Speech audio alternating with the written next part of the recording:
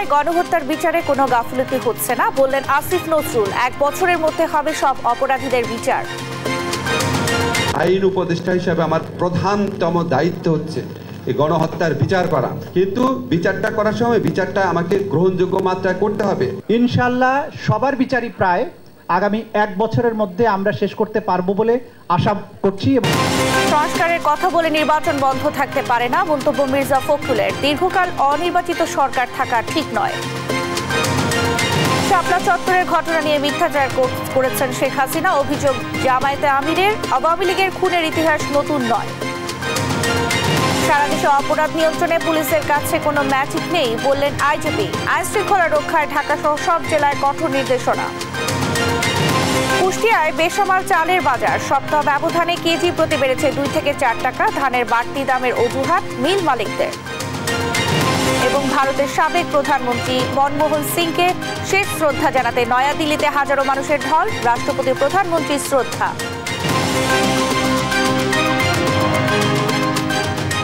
দেখছিলেন শিরোনাম সংবাদ দুপুরে, সঙ্গে আছি আমি শারমিন নাসি। অনেকদিন থেকে আমার ইচ্ছা ছিল যে গিটার শিখবো। আমি যেহেতু স্টুডেন্ট, একবারে এতগুলো টাকাও ম্যানেজ করা সম্ভব হবে না। জানতে পারলাম বাবার মাধ্যমে যে বিকাশে সেভিংস করা যায়। সেভিংসটা ফুল হয়ে গেল। ওই দিন গেছে আমি বুক ফুল হয়ে গেছি গিটার কিনতে। এটা সব থেকে ভালো লাগে যে ক্যাশ আউট করতে গেলে কোনো চার্জ লাগে না। বিকাশ অ্যাপে ডিপিএস টাকা জমায় সারা দেশ। এবারে বিস্তারিত।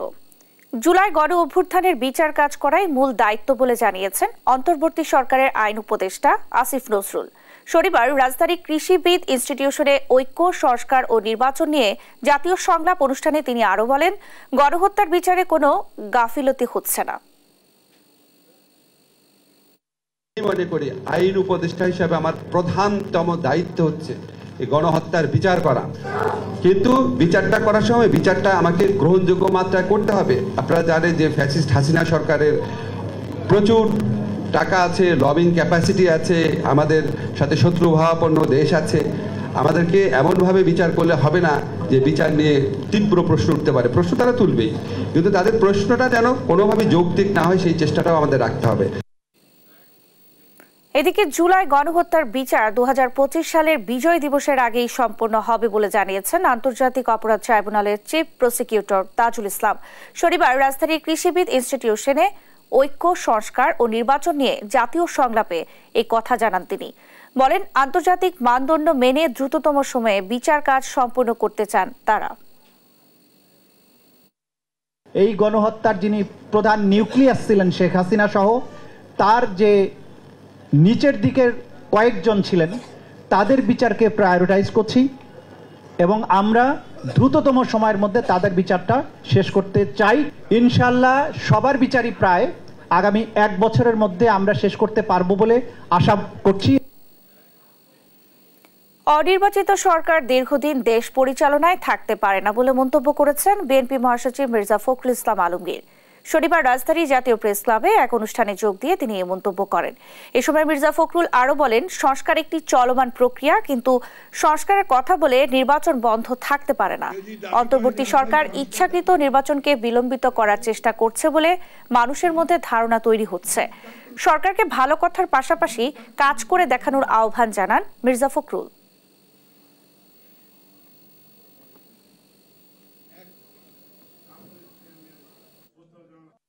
সংস্কার কোন নতুন ধারণা নয়। কেউ যদি দাবি করে যে আমরাই সংস্কারের দাবি নিয়ে এসেছি, সেটা ভুল।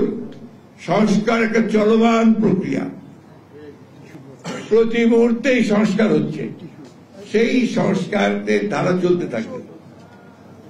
সেই জন্য তো নির্বাচন বন্ধ হয়ে থাকতে পারে না। সেই মুহূর্তে তো দিনের পর দিন আমরা একটা অনির্বাচিত সরকারের হাতে দেশ চালাতে দিতে পারি না। আমরা সরকার সবচেয়ে বেশি চাই, একই সঙ্গে আমরা এটাও চাই যে দীর্ঘকাল অনির্বাচিত সরকারের হাতে ক্ষমতা থাকা উচিত নয়। সচিবালয়ে আগুনের একটি গভীর ষড়যন্ত্রের অংশ বলে মন্তব্য করেছেন বিএনপির সিনিয়র যুগ্ম মহাসচিব রুহুল কবির রিজভী। রংপুরের মিঠাপুকুরের সোয়ানুর জামান নয়নের বাড়িতে সমবেদনা জানাতে গিয়ে এ মন্তব্য করেন তিনি। তার দাবি, ওই আগুনে প্রধানমন্ত্রী শেখ হাসিনার মুখ্য সচিবের অর্থ পাচারের ফাইল ছিল। তিনি আরো বলেন, সরকার পালিয়ে গেলেও তাদের দোসররা এখনো সক্রিয়, বিশেষত আমলাতন্ত্রে। 1 মাসের মধ্যে নয়নের বোনকে চাকরি দিতে সরকারের প্রতি দাবিও জানান রিজভী। এ সময় বিএনপির স্থানীয় নেতারা উপস্থিত ছিলেন।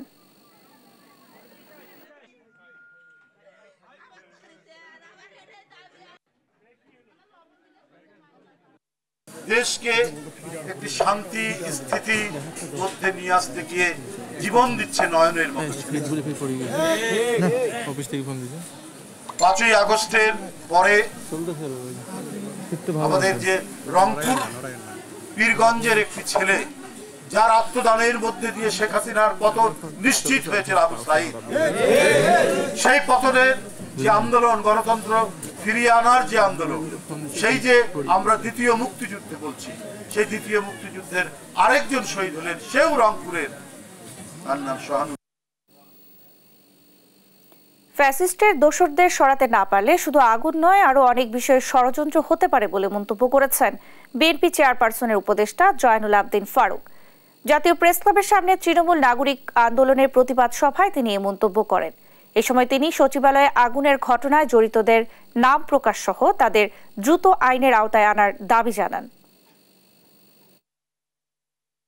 এই সরকারকে আরো অনেক দিন সময় নিতে চান, তাই বন্ধুগণ, আমরা আপনাকে অনুরোধ করে যাচ্ছি, এখনো অনুরোধ করে যাব।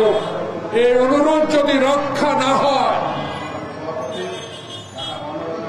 আপনার কর্তব্য পালনে যদি আপনার সহযোগীরা আপনাকে ব্যর্থ করে তোলে, এই ব্যর্থতা আপনার সহযোগীদের নয়, এই ব্যর্থতা আপনার কাঁধে চাপবে। শাপলা চত্বরের ঘটনা নিয়ে মিথ্যাচার করেছেন শেখ হাসিনা বলে অভিযোগ করেছেন জামায়াতের আমির ডাক্তার শফিকুর রহমান। বলেন, আওয়ামী লীগের খুনের ইতিহাস নতুন নয়। রাজধানীর সোহরাওয়ার্দী উদ্যানে খেলাফতে মজলিসের সাধারণ পরিষদের দ্বাদশ অধিবেশনে এসব কথা বলেন তিনি। নতুন বাংলাদেশে ফ্যাসিবাদী সব বিরোধী দল ঐক্যবদ্ধ থাকবে বলেও আশাবাদ ব্যক্ত করেন জামায়াতের আমির। এদিকে জুলাই আন্দোলনে আহত ও পঙ্গুত্ব বরণকারীদের নিয়ে আয়োজিত আরেকটি অনুষ্ঠানে তিনি বলেন, জামায়াতে ইসলামী ক্ষমতা এলে সবার আগে দেশের শিক্ষা নিয়ে কাজ করবে। এ সময় আহত ও শহীদ পরিবারের কৃতজ্ঞতা জানান জামায়াতের আমির।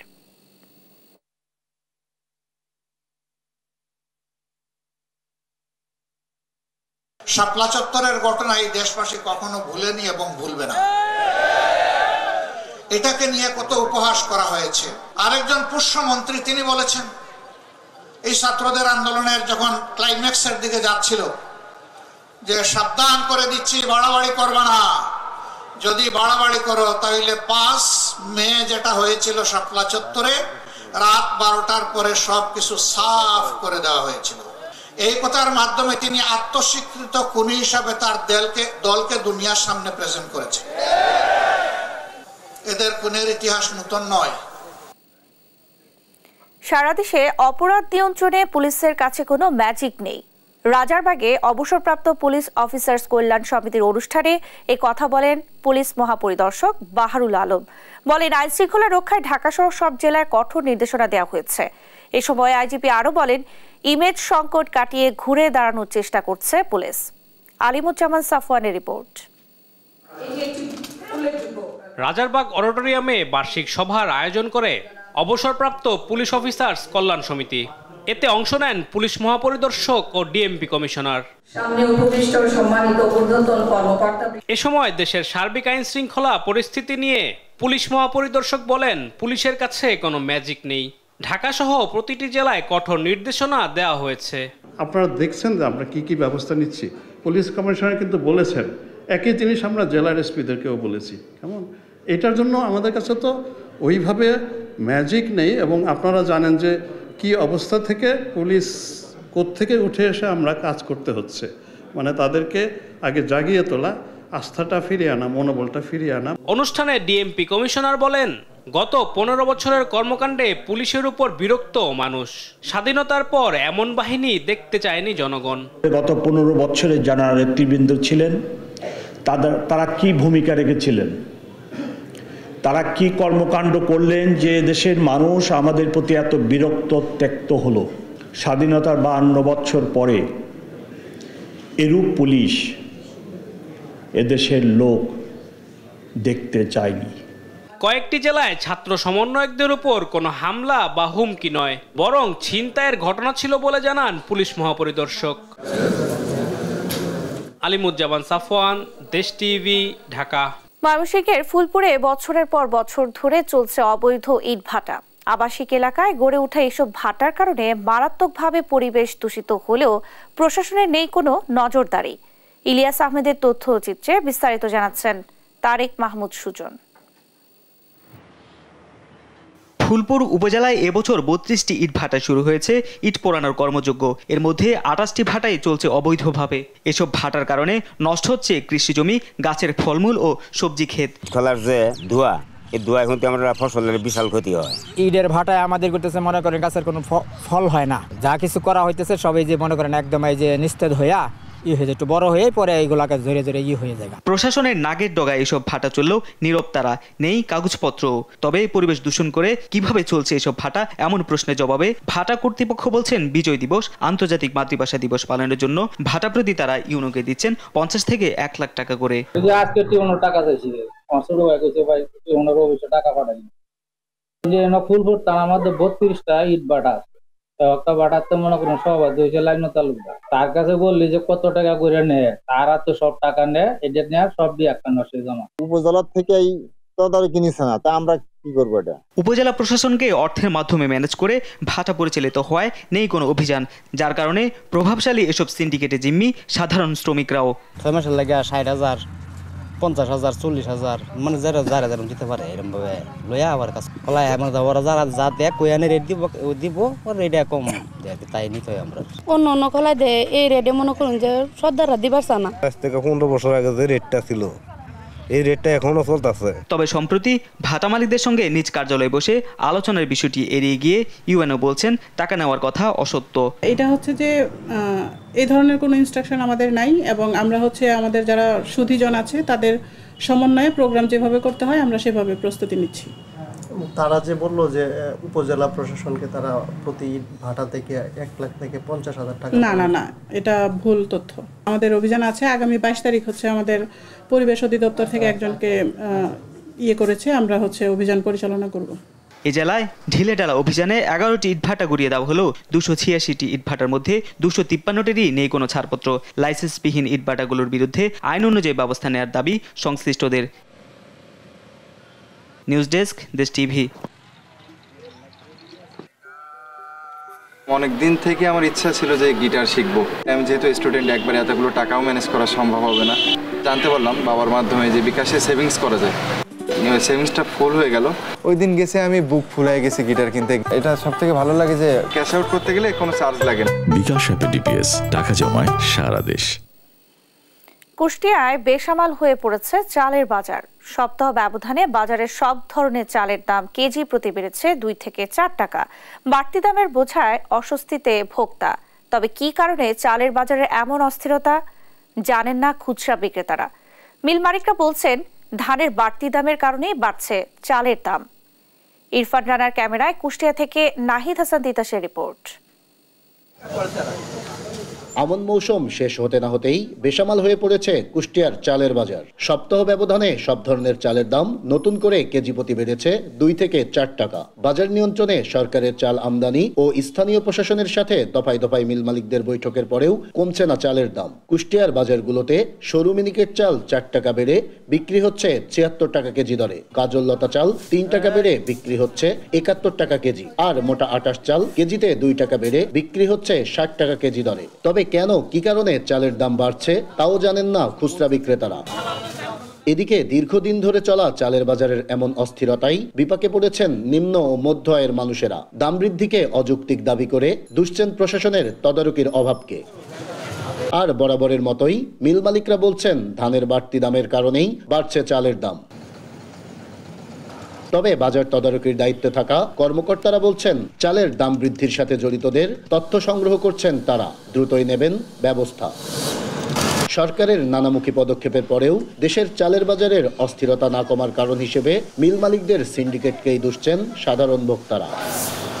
নাহিদ হাসান তিতাস, দেশ টিভি, কুষ্টিয়া।